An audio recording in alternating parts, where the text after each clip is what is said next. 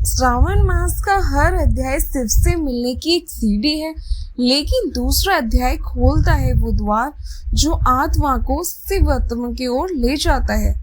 क्या आप तैयार हैं शिव तत्व को गहराई से जानने के लिए? तो चलिए आज हम शुरू करते हैं श्रावण मास का दूसरा अध्याय। हर हर महादेव। श्रावण मास का दूसरा अध्याय केवल शब्दों का संग्रह नहीं, ये शिव के ज्ञान, भक्ति और योग का वे स्तंभ है जिस पर टिका है संपूर्ण सावन का महात्म्य। यह अध्याय बताता है क्यों सावन शिव का सबसे प्रिय महीना है, कैसे जल अर्पण करने से आत्मा को शुद्ध किया जा सकता है और कैसे शिव भक्त से सीधा जुड़ा जा सकता है बिना किसी माध्यम के, सिर्फ श्रद्धा और नियम से। इस अध्याय में छुपा है वो आध्यात्मिक रहस्य जो जीवन के दुखों को अंत कर सकता है और आत्मा को शिव की ओर मोड़ सकता है। तो चलिए पूरी श्रद्धा और भक्ति के साथ आरंभ करते हैं श्रावण मास के दूसरे अध्याय का ये पावन पाठ।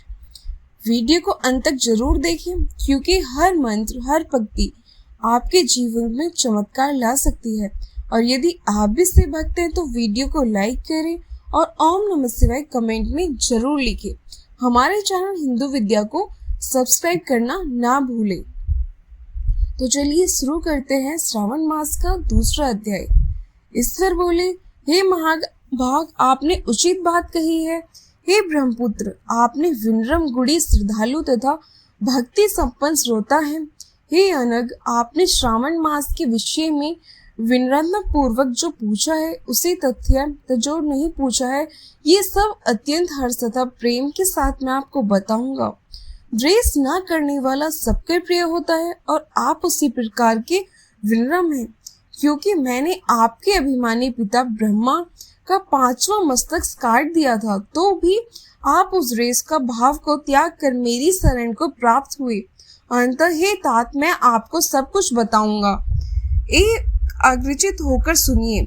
हे योगिन, मनुष्य को चाहिए कि श्रावण मास में नियम पूर्वक नैवेद्य करें और पूरे महीने भर प्रतिदिन रुद्र अभिषेक करें। अपने प्रत्येक प्रिय वस्तुओं का इस मास में त्याग कर देना चाहिए। पुष्पों, फलों, दांतों, तुलसी की मंजरी तथा तुलसी दलों को बेलपत्र से शिवजी की लक्ष्य पूजा करनी चाहिए। 1 करोड़ शिवलिंग बनाने चाहिए और ब्राह्मणों को भोजन कराना चाहिए। महीने भर धारण, पारण, व्रत अथवा उपवास करना चाहिए। इस मास मेरे लिए अत्यंत प्रीतिकर पंचामृत अभिषेक करना चाहिए। इस मास में जो जो शुभ कार्य किए जाते हैं वो अनंत फल देने वाले होते हैं। हे मुने, इस मास में भूमि पर सोए, ब्रह्मचारी रहें और सत्य वचन बोले। इस मास को बिना व्रत के कभी व्यतीत नहीं करना चाहिए। फलहार अथवा हविष्यान ग्रहण करना चाहिए। पत्ते पर भोजन करना चाहिए। व्रत करने वालों को चाहिए कि इस मास में शाक का पूर्ण रूप से परित्याग कर दे। हे मनुष्य, इस मास में भक्ति युक्त होकर मनुष्य को किसी न किसी व्रत को अवश्य करना चाहिए। सदा प्राणायाम, भूमि पर शयन करने वाला, प्रातः स्नान करने वाला और जितेंद्रिय होकर मनुष्य को एकाग्र किए गए मन से प्रतिदिन मेरी पूजा करनी चाहिए। इस मास में किया गया पुनश्चरण निश्चित रूप से मंत्रों की सिद्धि करने वाला होता है।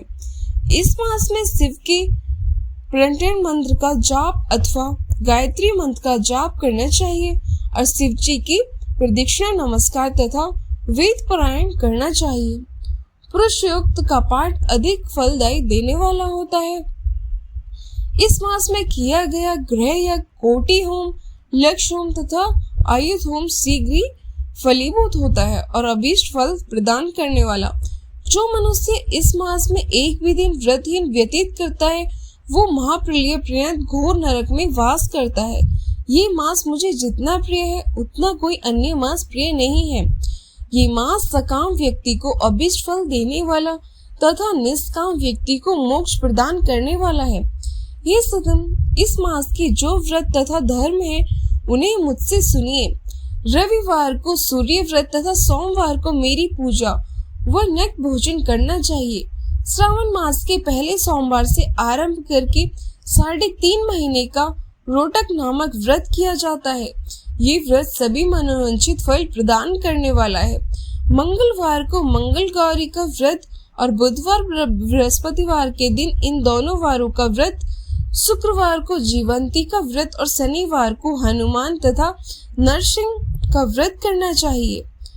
बताया गया है, हे मुनि, अब तिथियों में किए जाने वाले व्रतों का श्रवण करें।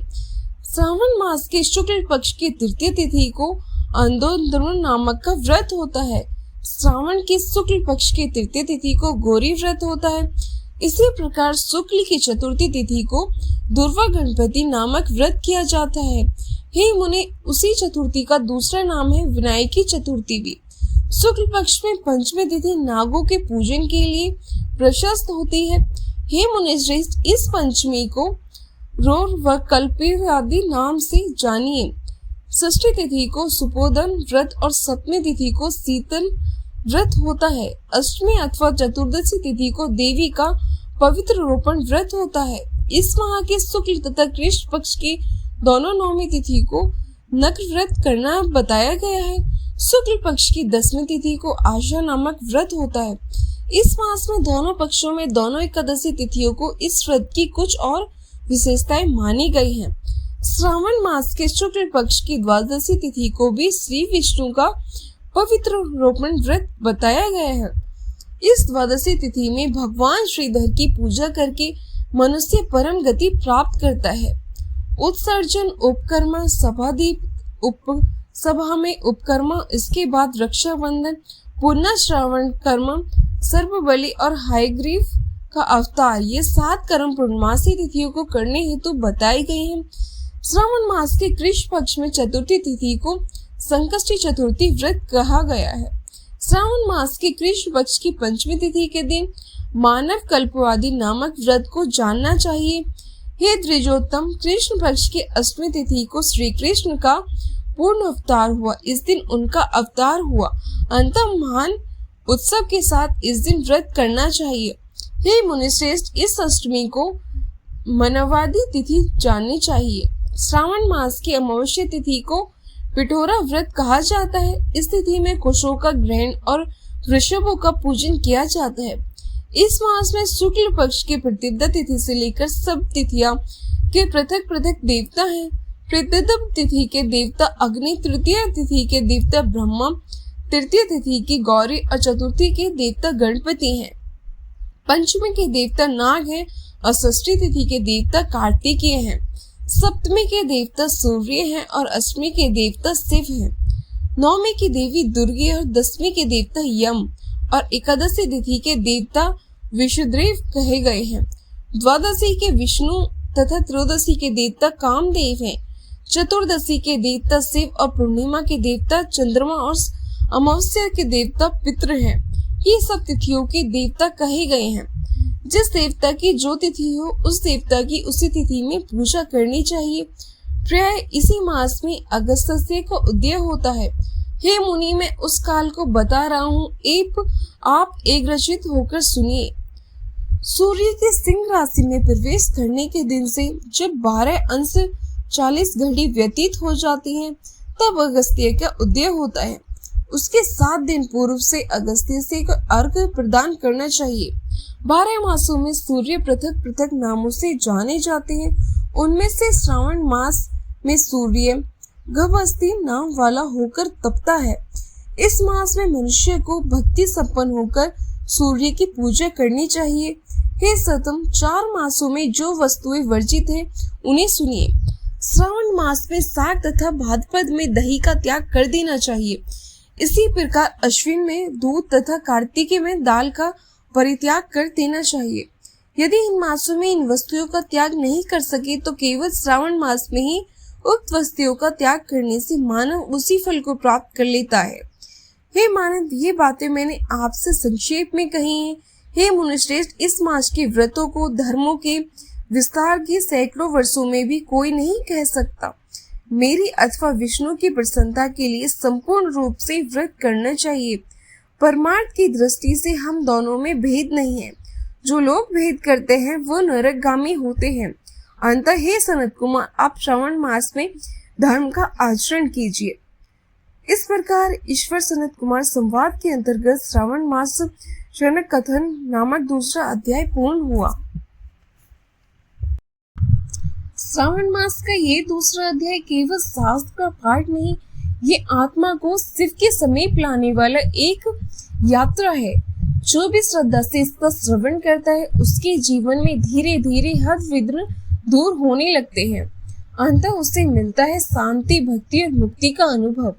यदि आपने इस अध्याय को मन से सुना है तो हर हर महादेव जरूर लिखें और इसे अधिक से अधिक से भक्तों तक पहुंचाइए।